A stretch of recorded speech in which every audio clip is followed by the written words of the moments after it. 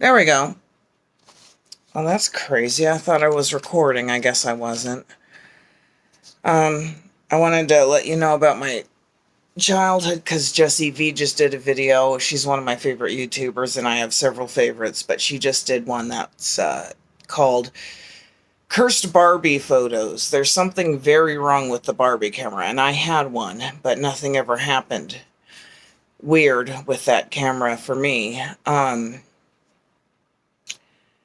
Um, but my childhood was unlike anyone else's, basically, because my parents, they never had a curfew for me. They always knew that I would just be around, so it was never a worry. And we lived in the country, so there was like no one there, so. Um, but I have had very weird experiences in my house, where my parents live now and where I grew up in. Um, One night I had woken up and it was like 3 o'clock in the morning, and I was 8 years old, so I didn't really know any better. And I heard this growl, this deep guttural growl, and my very first thought was, it's one of the cats. So I went around and I looked. All the cats were in my parents' bedroom asleep on the bed. My door was closed. So I went and I turned on my bedroom light and shut my door again and looked around and couldn't find anything. And I thought, there's an alligator somewhere. So I slept on my top bunk that night. It wasn't until years later that I realized that it was a demon growl. And there was nothing else that could have caused that noise. It woke me up. Um, and my little sister is just right across the hall from me, so she would not have heard it. And my parents it's like the hall is like this. My parents' room is right here. My room is right here. And then my sister's is right beside mine. Well, across the hall, but the house is laid out really weird. The hall is really weird. But no one else heard it and no one else was awake, not even the cats. And we didn't have like other animals like dogs or anything else. I mean, we had fish in a fish tank in the living room, but I wouldn't, they don't make those noises. And then I was about 14 or 15. Anyway, one of my family friends brought her niece over, and that was the first time I had ever met her niece, and she was my age. And her and I went into my room, and we started hanging out and talking like teenagers do. And she started telling me about she goes, "Do you know what a Ouija board is?" And I said, "I've heard of it." And she goes, "Yeah, whenever I talk about Ouija boards, something thumps in the room that I'm at." And from inside my closet, right as soon as she said that, something thumped.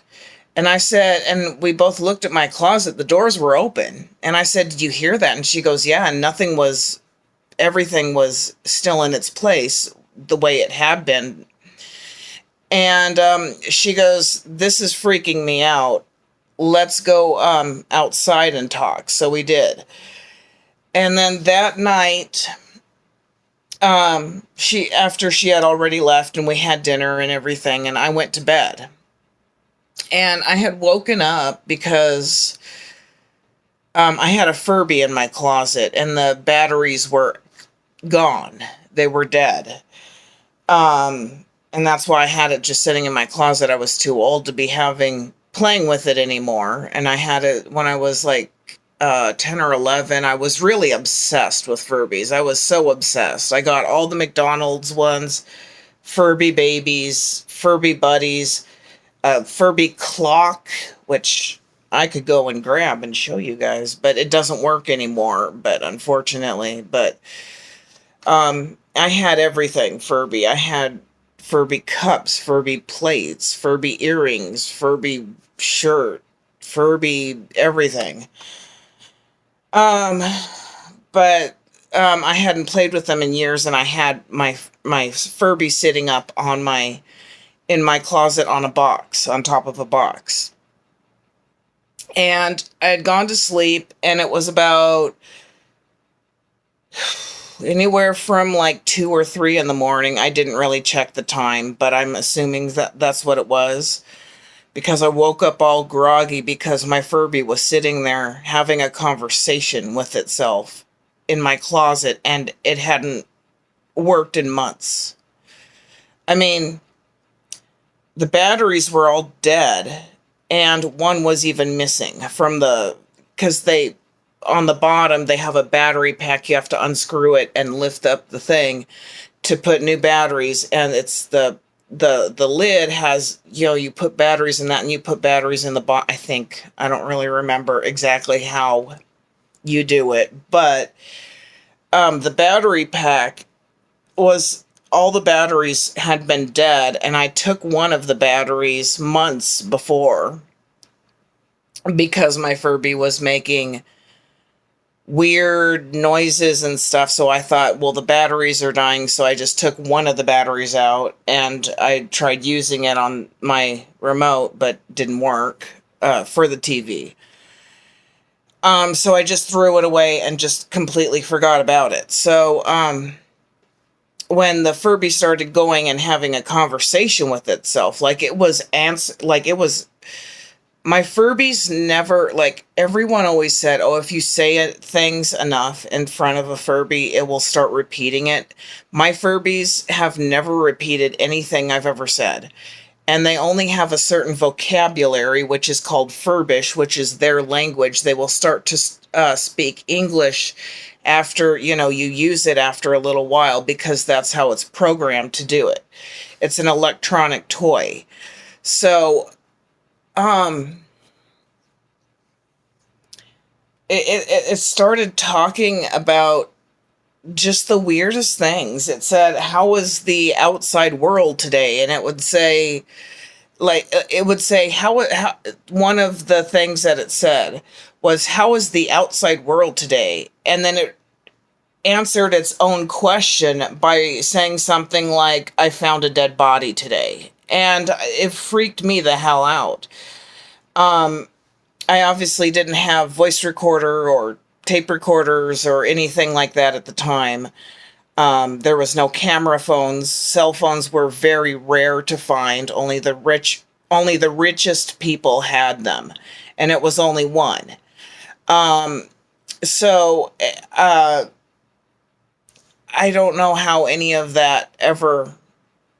I mean, Furbies are programmed only to say a few things. There have never been, oh, how was the outside world today? Well, I found a dead body. Like, no one would program a Furby to say that. My Furby was completely normal up until I met that girl. And I got her phone number from the family friend, and I started talking to her and telling her about all the odd occurrences that I've had. And yeah, she was just telling me, she's like, I'm sorry, it's just, it doesn't matter where I go, it seems to follow me, like, just because I used the Ouija board back in the day. And I had gone outside once to have a cigarette I was 15, and my parents didn't allow smoking in the house, so I went outside. And I was sitting over by the mailbox, which is like, because we lived in a cul-de-sac, so it was a roundabout. So their house is like right here, and the mailbox is like right here. And I walked from my house over here to the mailbox, and I sat down. I'm having a cigarette. I go to stand up to put my cigarette out, and at the time, I didn't know what it was called, but so I could only describe it as, I would go to people and say, you know how in the movie The Poltergeist, how there's those voices and it sounds all distorted and stuff, and they're like, yeah. And I was like, I stood up. I was outside at like 4 or 5 in the morning. No one was up. All the neighbors were had their lights off, and you could see their lights on in their house. But you could see all the neighbors had their lights off. No TVs were on. No one was getting ready for work. No cars. And we lived, like I said, in the country, so there is no traffic. We didn't hear the highway. We didn't hear the street. So, I was standing up, and now I know it's called a disembodied voice. But I stood up, and this voice started, it sounded like it was really far away, yet right in my ear at the exact same time. And, I didn't know what it was. I was just like, this is the weirdest thing, because I had never heard a disembodied voice before, ever, before that time. And like I was saying, I was a little older and had already met the girl, and, we were friends. But I heard disembodied voices, and I couldn't tell what they were saying, just that they were disembodied. And like I said, at the time, I didn't know that it was called that. So I moved on from that. But we have an attic at my parents' house, and I would always hear footsteps walking around up there. And the previous person who lived there, his wife died, and I don't know if she died in the house or if it was in a hospital, but she was very sick and died before we bought the house. And so the attic you can only access from the laundry room. There's a board that you push up on and move over. I have never been in the attic. My parents say that the only thing in the attic is just like some old storage boxes and old documents and stuff that they don't need now. So I never question them because, but I always heard someone walking around. I heard footsteps up there in the attic. And then we had a crawl space in my sister's room. It was in her closet. You would lift up, it was like a trap door. You lifted up the trap door, and there's like a ladder thing going down. And you could just not use the ladder, just put your hands on the floor and just lower yourself, because it was only a couple of feet. It's the weirdest thing, because the outside vents, that let out the in the concrete, it's where the foundation is, how people will have those vents, and like sometimes you can look in. Well, I looked in once, and I saw a whole other apartment which was down there, but I was told that there was nothing like that down there. But I saw carpet, I saw a wall, I saw a couple of clocks, I saw a table with some plates on it, and an old recliner chair. And I was told that there was nothing like that down there. And then when I continued to go over and look, and every time after the first couple of times, I didn't see it anymore. There was nothing there. So I'm wondering, what exactly did I see? Also, and it looked like a very cool little apartment too, which from what I saw. But I don't know. It was just really weird. And I had this pound puri. They were made in the, I think, 80s. Plush cat and dog. They're called pound puris and pound puppies. And they were, the best. And I got one for my first birthday, and I had him up until I was 19 when, my old roommate, what she did was really fucked up, and I had to give him away. But, I named him Tommy. And again, I didn't know anyone named Tommy. I didn't know the word tomcat. I didn't know Tom or Tommy. I didn't know that. But I named him Tommy, and I was a year old, and I didn't start speaking until I was about 2. I was a late talker. So every night I would wake up and Tommy would be talking to me. I could never understand what he was saying. And after a while, I was 10 years old, and I thought, well, I might feel later different on, so I put Tommy in my closet, the same closet I was telling you guys that I had the Furby in.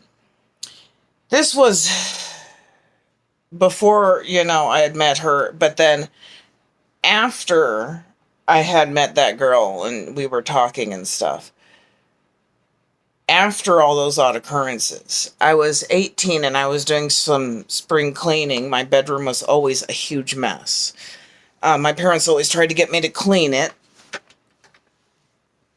but it was a huge mess. And I was going through and throwing things away that I hadn't used in years or that I had no use for, or donating them. It depended on how good in condition they were. Well, I go into the closet to clean out my old shoes and belts and purses and stuff and donate some of the good things. And I found Tommy, and I go, oh shit, I had completely forgotten about him. And I started sleeping with him again. I was 18, 19. And I thought to myself, well, I was a small child and I don't know why I stopped sleeping with him. So I chalked it up to being a child and letting my imagination run away with me when I was about 10-ish, and when I had put him in the closet and I'd found him years later. And so I started sleeping with him again. I was never going to give him away. He was my first birthday present. So,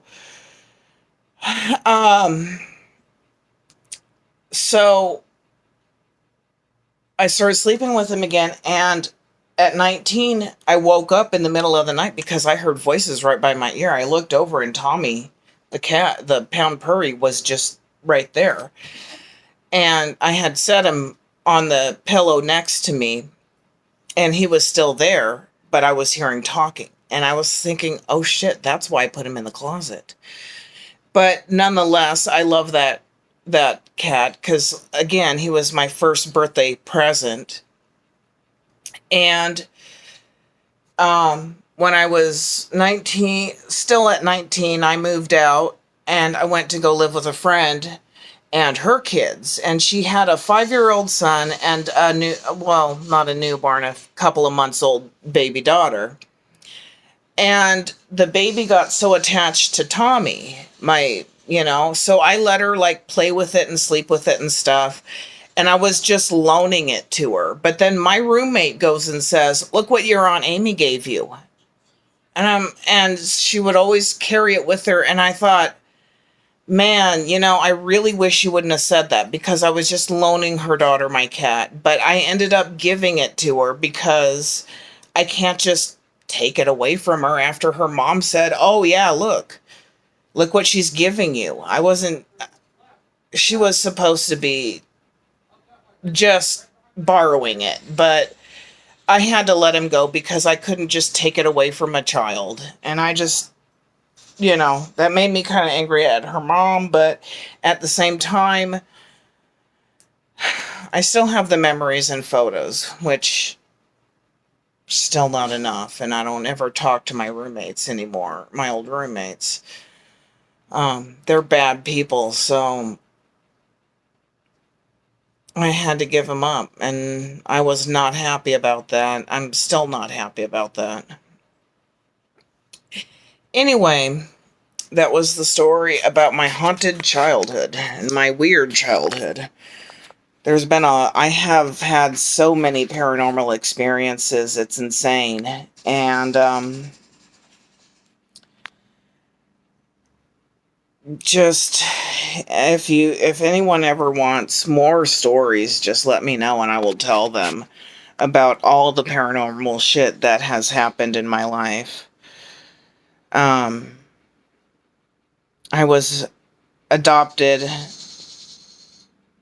at 6 weeks old.